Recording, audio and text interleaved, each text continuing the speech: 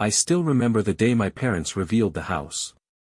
It was a grand, sprawling thing, modern yet warm, with a wraparound porch, floor-to-ceiling windows, and a backyard that seemed to stretch into eternity. My mother was practically glowing with excitement as she handed the keys to my brother, Daniel. My father clapped him on the back, pride beaming from his face. And I was expected to smile. To celebrate. I stood there, feeling the weight of something unspoken settle deep in my chest. "It's perfect," I managed to say, though my voice came out hollow. Daniel turned to me, grinning. "Isn't it? Mom and Dad really outdid themselves." I swallowed hard, nodding. The house was meant to be mine. Or at the very least, I had thought it would be. Hadn't I been the responsible one? The one who stayed close, helped when they needed it, made the sacrifices.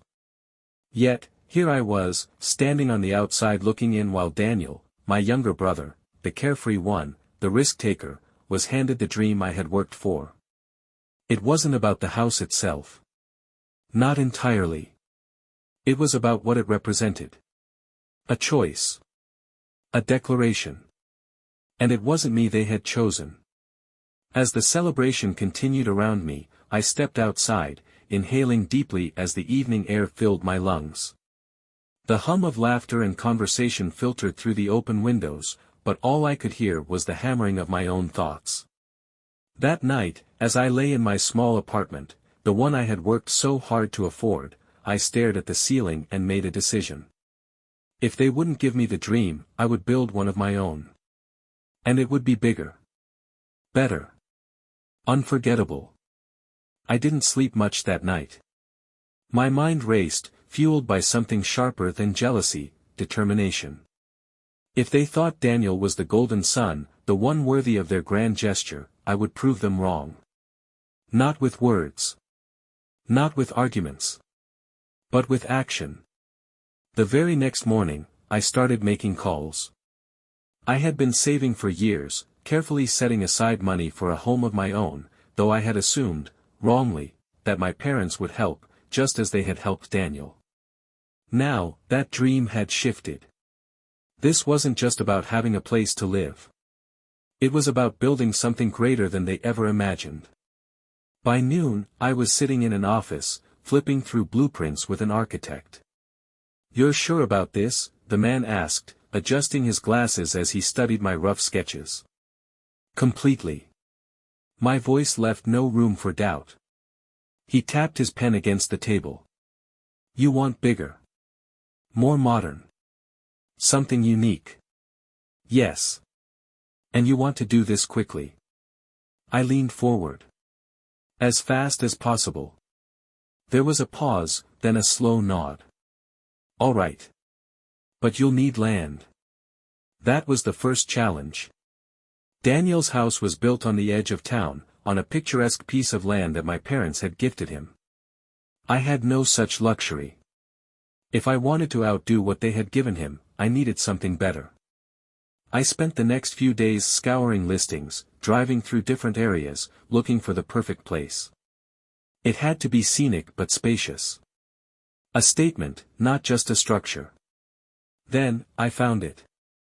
A plot of land on a hill, overlooking the entire valley. From there, I could see everything, the town where I had grown up, the distant skyline of the city I had once dreamed of moving to, and, in the far distance, the very house my parents had given to Daniel. It was poetic. I closed the deal without hesitation. That evening, I drove past my brother's house. The lights were on, glowing warmly through the windows. Inside, I imagined Daniel laughing with our parents, enjoying the fruits of their generosity. I should have felt bitter. But instead, I smiled. They had made their choice. Now, I was making mine. The first strike of the shovel into the earth felt symbolic. It was more than just breaking ground, it was breaking expectations, breaking away from the past. Construction started fast.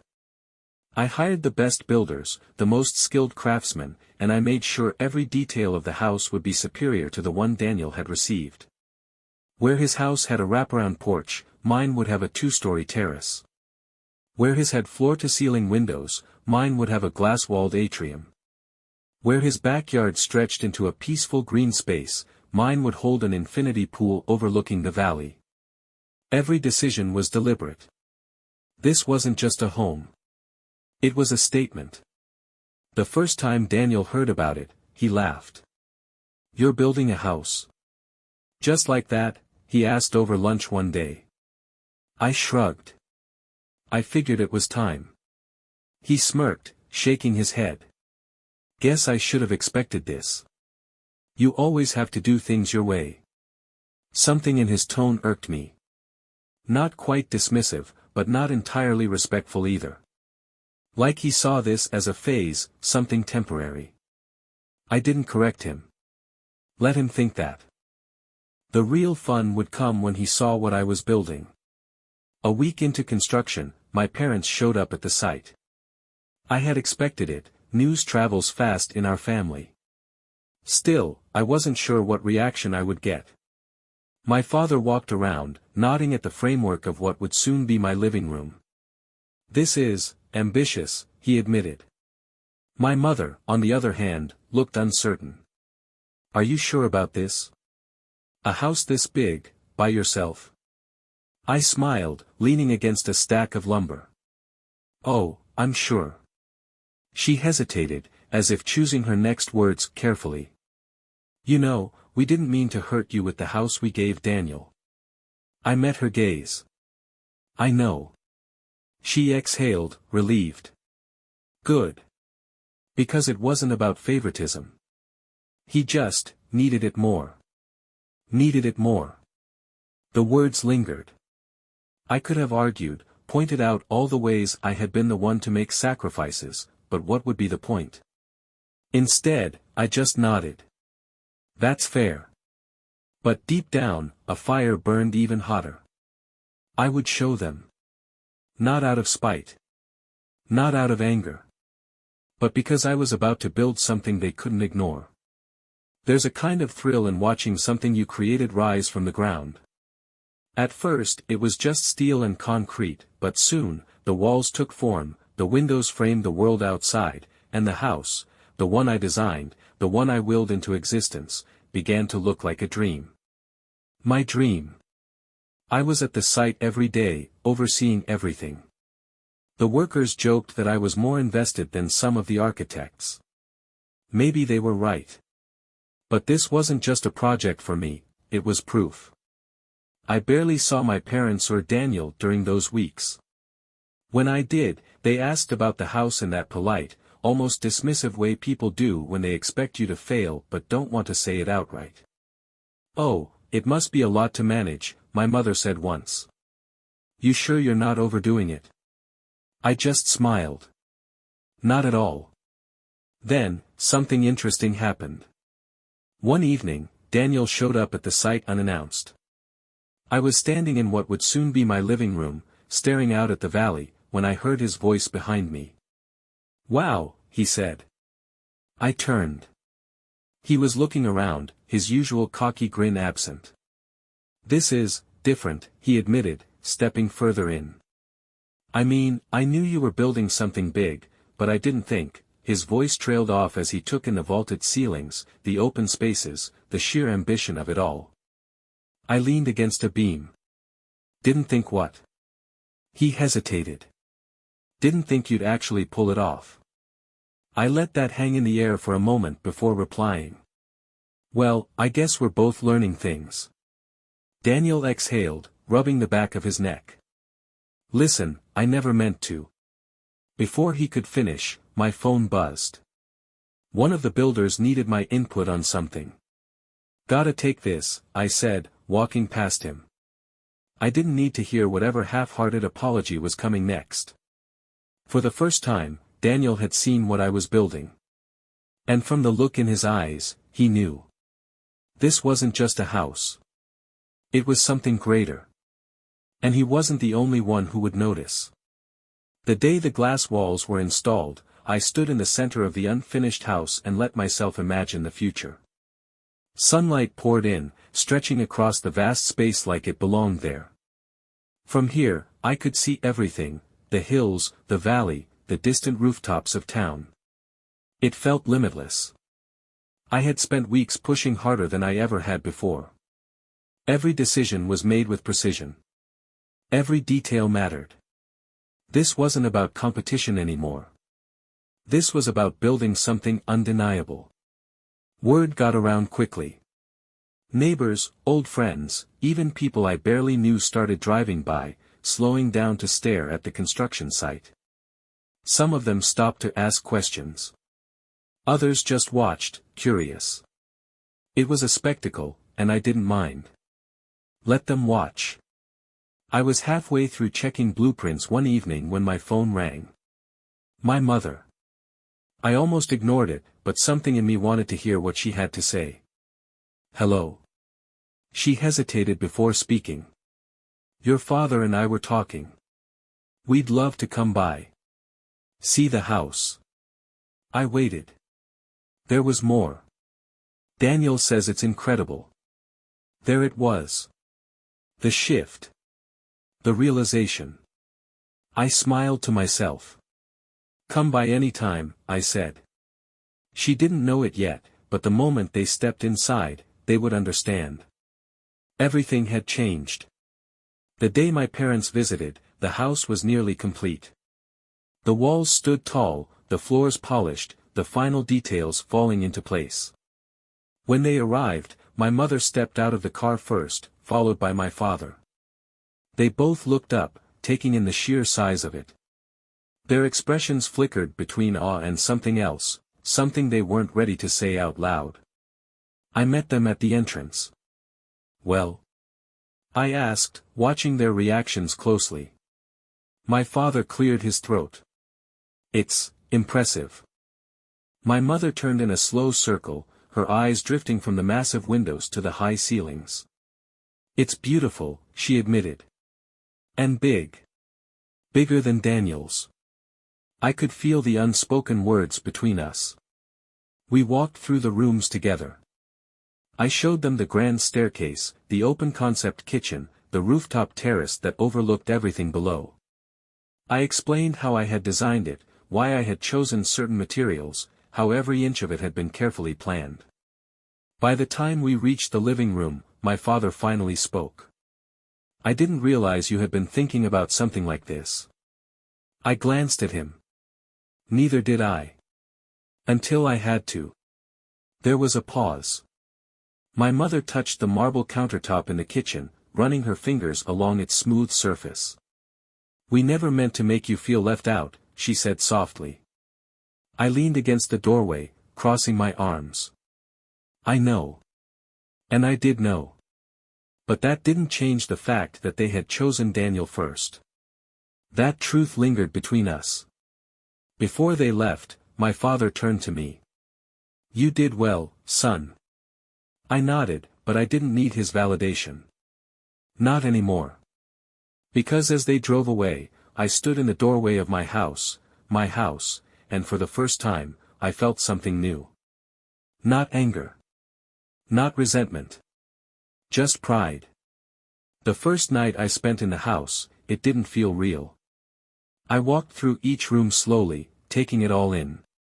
The moonlight streamed through the glass walls, casting long shadows across the floors. Outside, the valley stretched before me, silent and endless. I had done it. No one had given me this. No one had handed me the keys. I built this place with my own vision, my own determination. And now, it was mine. Still, as I stood in the quiet of my new home, a strange feeling crept in. I had spent so much time proving a point, first to my parents, then to Daniel, then maybe even to myself, that I hadn't thought much about what came after. I had won. So why didn't it feel like victory? The next day, Daniel showed up again. I opened the door to find him standing there, hands in his pockets, looking up at the house. He let out a low whistle. You really outdid yourself, he admitted. I smirked. Figured you'd say that. He stepped inside, looking around, slower this time. No dismissive jokes, no half-hearted comments. Just quiet appreciation.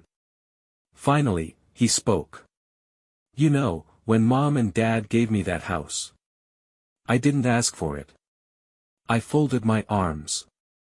You didn't say no, either. He nodded, fair enough. I guess I just assumed you didn't care. You always seemed like you had things figured out. I let out a breath, shaking my head. That's the thing, Daniel. I did care. I just never said anything. And that's on me. He looked at me then, really looked at me. Well, if it means anything. I get it now. And for the first time, I believed him. We stood there for a while, saying nothing. Just two brothers, in a house that no longer needed to prove anything. Because the truth was, I hadn't built this house for them. I had built it for me. And that made all the difference. Life settled into a rhythm in the new house. At first, every day felt like an accomplishment just for being there. I woke up to sunrises spilling golden light through the glass walls, made coffee in a kitchen that still smelled new, and walked barefoot across floors that had once been just an idea in my head. But as the weeks passed, the house became more than just proof of what I could build. It became home. I started hosting dinners, inviting old friends I hadn't seen in years. People walked through the rooms, their voices filled with admiration, and every time someone said, "This place is incredible," I felt something settle in my chest, something solid. One evening, my parents came over for dinner. This time, they weren't just visiting a construction site. They were stepping into a finished home, my home. My mother lingered in the kitchen, running her hands over the smooth countertops. My father sat in the living room, looking out over the valley in quiet thought. "This view," he said after a while, nodding toward the horizon. "You always did like looking ahead." I leaned back in my chair, watching him. Guess I did. We ate together, conversation flowing easier than it had in months. There were no more awkward comments about whether I could handle it, no more hesitations in their voices. They saw it now. I wasn't the forgotten son. I was the one who had built something greater than they ever imagined. A few days later, Daniel called. "Hey," he said. "I was thinking, we should have a get-together. You know, with the whole family." That was new. I hadn't been avoiding family gatherings, but I hadn't exactly been seeking them out either. Not since the house situation. Still, something about the way he asked made me say yes. The night of the gathering, everyone came, our cousins, aunts, uncles. Even my parents seemed different, more open, more present. Daniel and I stood on the balcony, looking out over the valley. "You know," he said, swirling his drink, "I used to think you were just trying to one-up me." I smirked. "And now?" He exhaled, shaking his head. "Now I think you were just trying to build something of your own. And you did." I glanced at him. "That bother you?" A pause. Then he laughed, shaking his head. "Honestly? No. I respect it." That meant more than I expected. We clinked glasses, standing side by side, and for the first time in a long time, I didn't feel like I had to prove anything to anyone. I had already won. And I wasn't alone in it. I was in the middle of finalizing some last-minute details in the house when my phone rang. It was my father. He didn't usually call without a reason. "Hey," I answered. There was a pause on the other end before he spoke. "Your mother and I were talking." That alone made me stop what I was doing. He rarely started conversations like that. "About?" I asked, keeping my tone neutral. "About the house," he admitted. "About you." I felt a strange pull in my chest, a mixture of anticipation and old frustration. "We should have helped you too," he continued. "We thought Daniel needed the support more, but looking back, maybe we weren't fair to you." I stayed silent, letting the words sink in. "We never doubted you could take care of yourself," he said. "I guess that's why we didn't think you needed the help. But that doesn't mean we should have overlooked you." I exhaled slowly, trying to process what I was feeling. For so long, I had been waiting for them to acknowledge it, to see what their choice had meant to me. But now that they had, I wasn't sure if it changed anything. "I don't blame you," I said, keeping my voice steady. "But it did change things. It made me see where I stood." There was another long pause. Then, softer this time, he said, "I know." It wasn't a grand apology. There was no dramatic outpouring of regret. But in its simplicity, it felt real. When we hung up, I sat on the terrace, staring out at the land I had claimed as my own. For months, I had built this house with the thought of proving something to them. To my parents. To Daniel. Maybe even to myself. But sitting there now, I realized something. I had already won. Not because my house was bigger or better. Not because my parents had finally acknowledged what they had done. I had won because I no longer needed their validation. The bitterness that had fueled me for so long was fading. It wasn't completely gone, I wasn't sure if it ever would be, but it no longer burned in my chest the way it used to. I had built something great. Something undeniable. And for the first time, that was enough. A few weeks later, I hosted the first big gathering at my house. Not just a casual dinner, but something bigger, an event that would bring everyone together under my roof, on my terms. Daniel was the first to arrive. He stood at the entrance, looking around with something that resembled reluctant admiration. "I still can't believe you pulled this off," he admitted, stepping inside. I smirked. "Believe it." As more family members arrived, I could see it in their eyes, the same quiet awe I had seen in my parents when they first visited.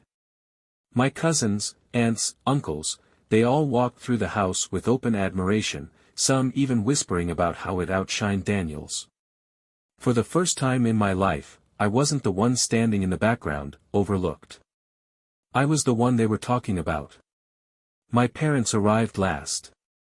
My mother hugged me at the door, and my father gave me a firm nod, his version of approval. They took their time walking through the house again, this time with quiet appreciation rather than uncertainty. At dinner, my father raised his glass for a toast. "To our family," he said, "and to the man who built all this." He looked at me. "You've done something incredible, son." I met his gaze, seeing something I had never quite seen before, respect. Not just as his son, but as a man who had built something on his own. I clinked my glass against his. "Thanks, Dad." Daniel leaned over and muttered, all right, no need to get sentimental." But there was humor in his voice now. A shift in the way he saw me. And maybe, in the way I saw him, too. The night stretched on with laughter, conversation, and the steady hum of warmth that I hadn't felt in years. Not because I had proven anything to them. But because, for the first time, I didn't need to. I had built my own dream. And I was finally home. The end.